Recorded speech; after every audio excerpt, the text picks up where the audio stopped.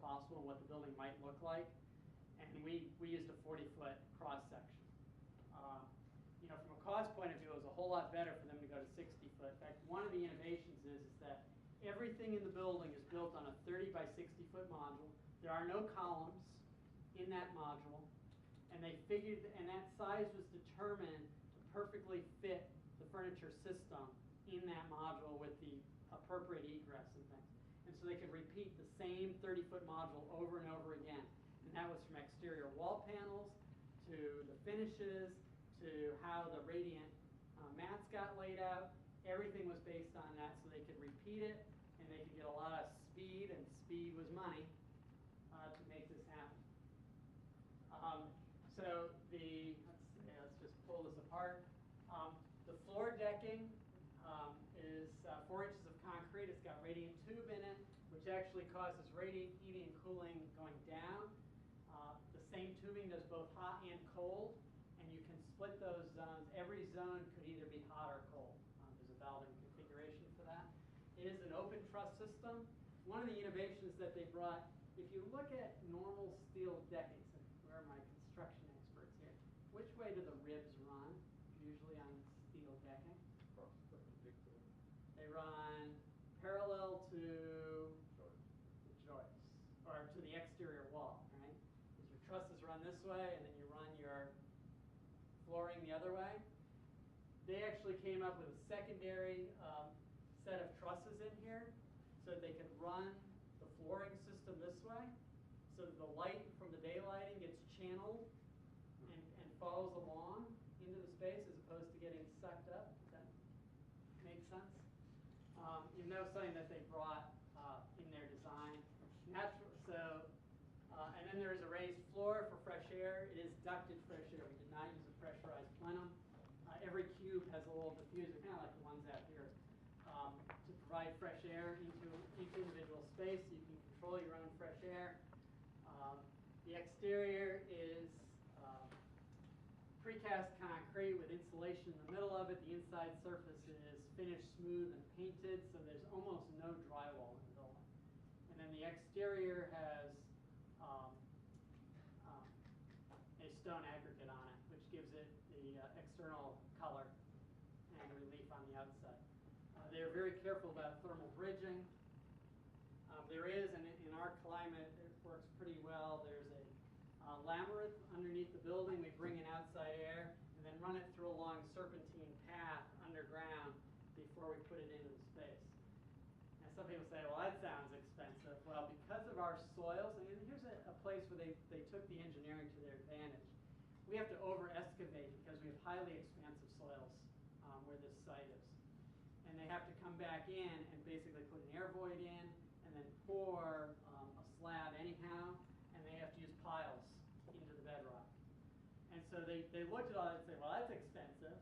If we can make that work and use it as part of the preconditioning, then we get some extra benefit out of it. Okay? So they were constantly, working with the structural engineer and all of the pieces to say, how do I make most benefit to every decision? Who told you they used to model the benefit from the library? They actually wrote their own. And we could have a dialogue on whether or not we think that model is absolutely perfectly right or not, as well as how much energy comes in and out of that. I think that's probably one of the smaller things they did, but there is a little bit of tempering that goes on there.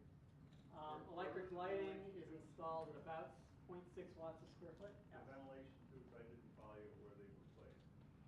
There are no tubes. It's just, I'll show you a picture. I've got an overhead. No, I'm talking in the Oh, they're in the raised, there's a raised floor here. in the raised floor, Yeah. okay, thank you. Yeah. And the reason was, from a cost point of view, it was actually cheaper to duct it than it was to try to pressurize the entire floor plan and deal with the quality control and the issues associated with that. And the radiant heating and cooling, the radiant cooling was the top, the heating was the bottom. It's all on the top. Oh, All on top. It all comes from overhead. Yeah. Including one of the challenges was pouring the slab for that roof on a tilted surface. And then there is built-up insulation on top of it. Now, just a funny, the PPA contractor, their standard for procedure is to roof mount PV panels, right? And they say, well, the easiest way to do that is we drill a hole through your insulation, we, screw down the standoffs, we put in a rack system, put the PV on top of that. And there was a lot of discussion about how many tubes they might hit. That's the first problem. And the second one was is how much insulation they were going to lose. And now they had a hot slab sitting there radiating out to the PV system. And so from a solution point of view, they ended up fastening a standing seam metal roof, which was not the original plan, and then putting the PV on that standing seam. That was actually a kind of a late, part of the design build is that you can roll with some of it. Yes, sir. What is the R value of the roof and the walls in kilogram and what would the R values of the and the windows? Okay, I could get you precise numbers on all that. I'm going to give you some rough ideas. I think it is 6 inches of polyiso on the roof. So that would be roughly R35, 35-ish. There's 2 inches of foam in the walls, so that's R10, 11-ish, plus the concrete mass, which doesn't have any R value, but in our climate we have really nice diagonal swings, so that effectively adds some value to that. I forget what it is underground. That one. So it's, if you have to redo it, you say if you have to redo things on the severe energy feasibility study, some of the things that you would correct would be, what would you correct? On the energy side, I'm trying to think if there's, I probably would have done some different circuiting on some of the lights. We were pretty good with that, but I think we could have gotten some extra savings on there. I think in our climate, we probably kind of maxed out the benefit on the insulation piece. More importantly, it's a very continuous insulation. There's very little thermal breaking in there. Window frames.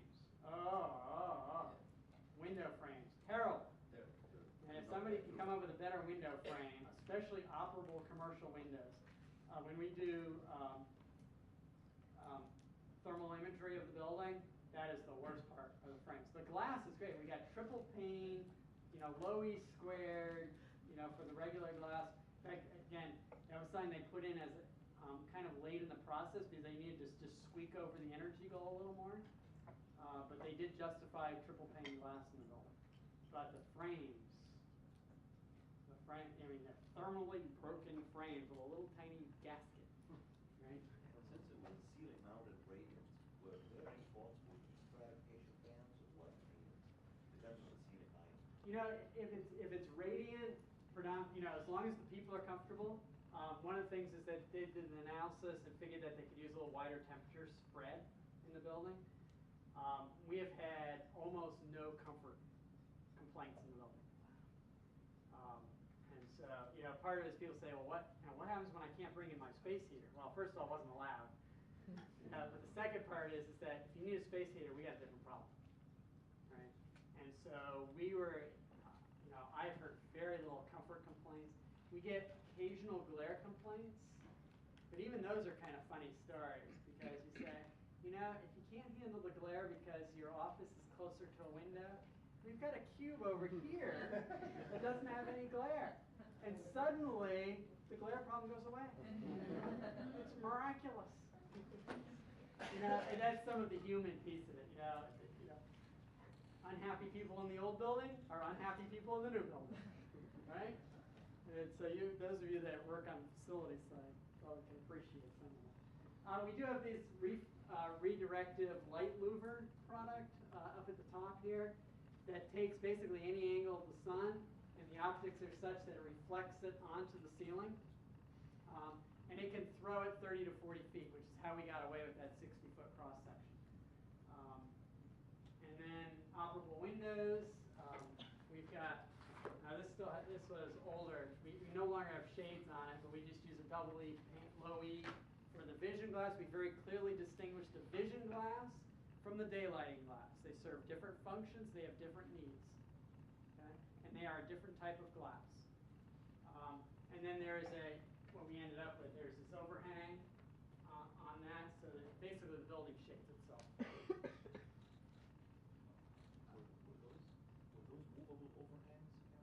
No, the overhangs are all fixed, right? Part of it is that the less stuff that moves, the less stuff that has to break. And so the passive solution is always the right solution.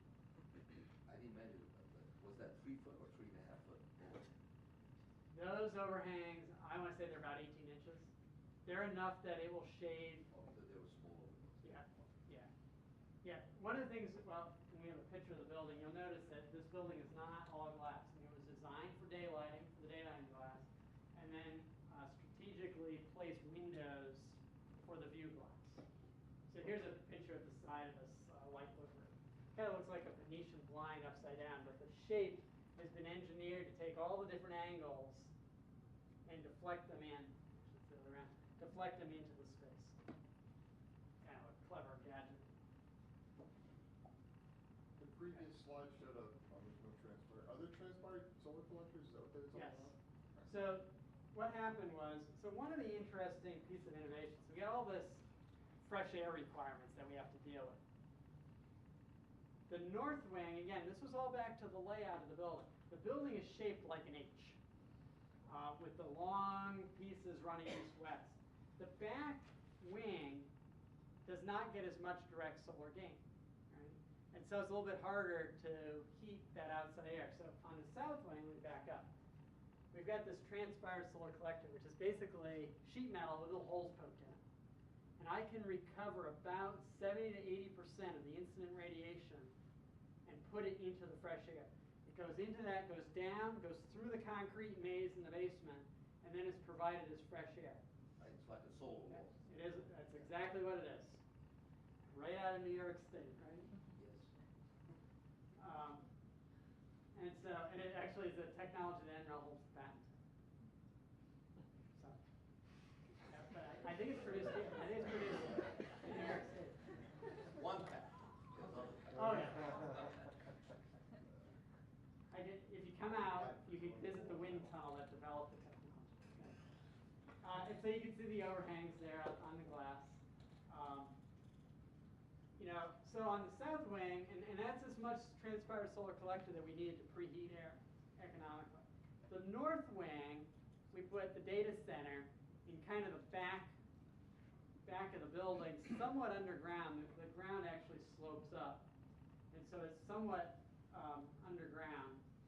But the data center became the fresh air supply for the rest of the building. We bring in outside air, so you think in the wintertime, cold outside air, through the data center. We modulate the air leaving the data center at about 95 degrees in a hot aisle, cold aisle configuration. That is supplied directly to the building, and it basically can heat that wing. We're running about 100 kilowatts continuous in our data center. And part of it was we might as well use that heat. So I assume the air was clean enough, well filtered, not to impact the data center. Yes, it is filtered going into the data center. There's always no losses for those big fancy filters. There are definitely some losses there. I forget what the actual MERV rating is on those, but And you have bypasses built with that solar wall to Yes. prevent use of it. yeah. So in the summertime, it bypasses that. The same thing in the summertime, the data center then switches to evaporative cooling primarily, and then that heat is discharged out of the building, and then we bring in, air from outside, run it through the labyrinth underneath, and supply, hopefully a little bit cooler air back to the building.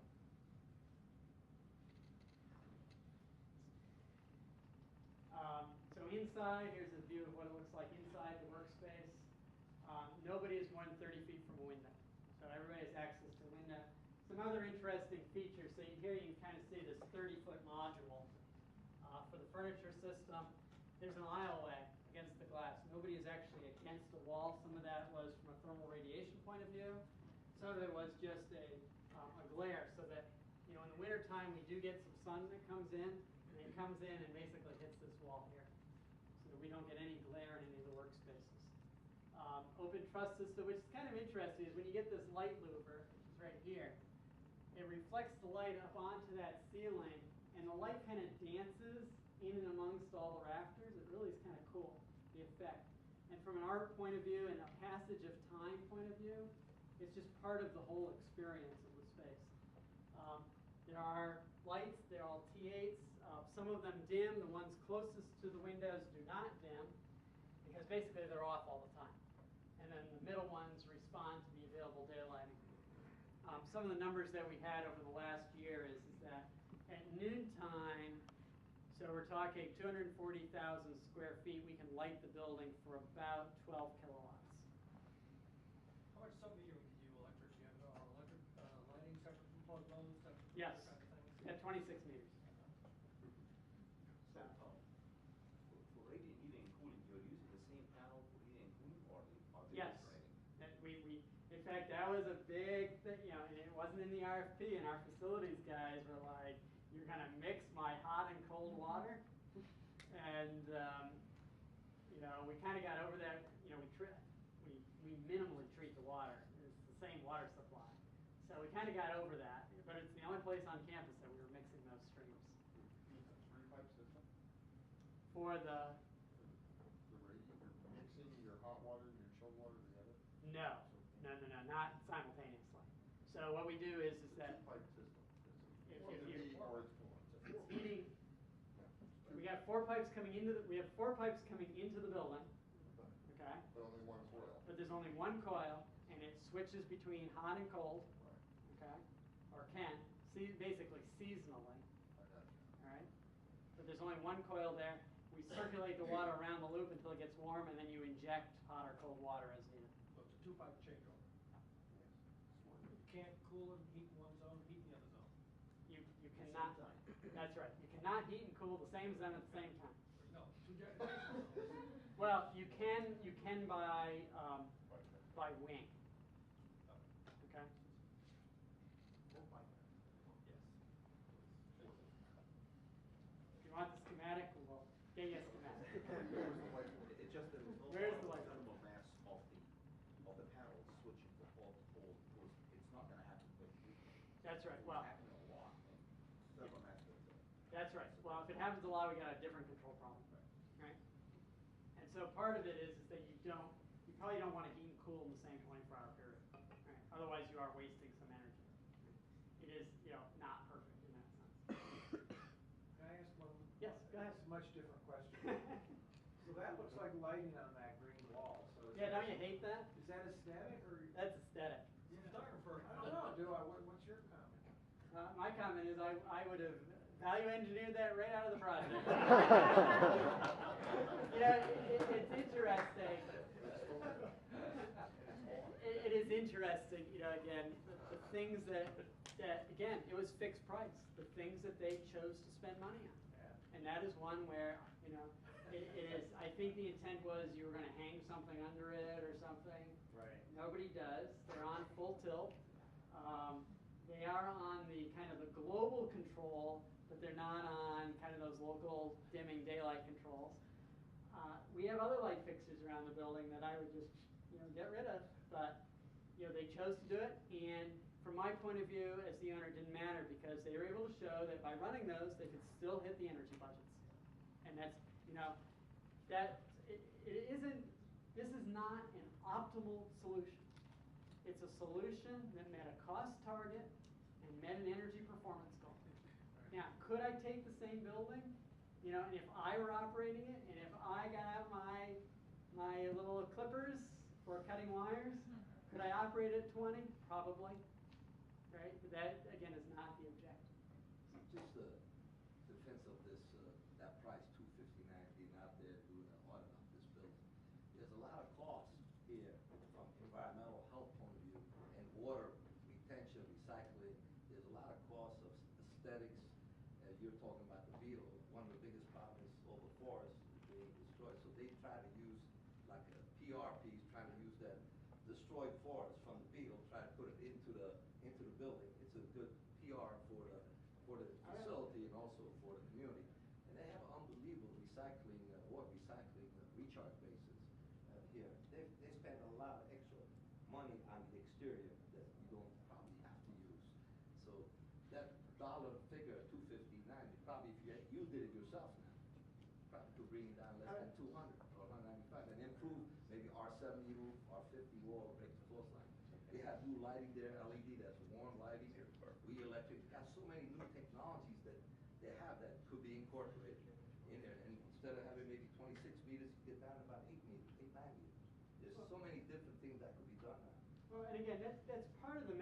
here in terms of, technology is not static, Right. right? And so you set the goal, you set the price, and then let the marketplace bring the solutions to you. This solution was pretty good as of what now? 3 years ago, right? And interestingly, we have since built a third wing to the north of this. We got American reinvestment, whatever it is, money, right? ARA funds, stimulus money, whatever we want to call it. And we built a third wing to the building. We used the same, we actually sole sourced the design build. As long as they could come back with added value, they came back at less dollars per square foot and 15% additional energy savings. Okay? And again, they had to be able to show something substantial so we didn't have to go back out on the street with it. And they did. And they built it. And they're still in business after 2 rounds of this. From an architectural characteristic on the outside, you had those shadings above the view windows, horizontal surface. I assume you have snow load, you have issues with birds, maybe. Those kinds of things, I'm always curious how they work out. So yeah, in fact, one of the ones was birds hitting the building. Right. It's they've, some of our newer projects, they've gone to some more fritted glass for bird avoidance, and that has come up. All those, not all of that was explicitly called out. Some of it was. Are there issues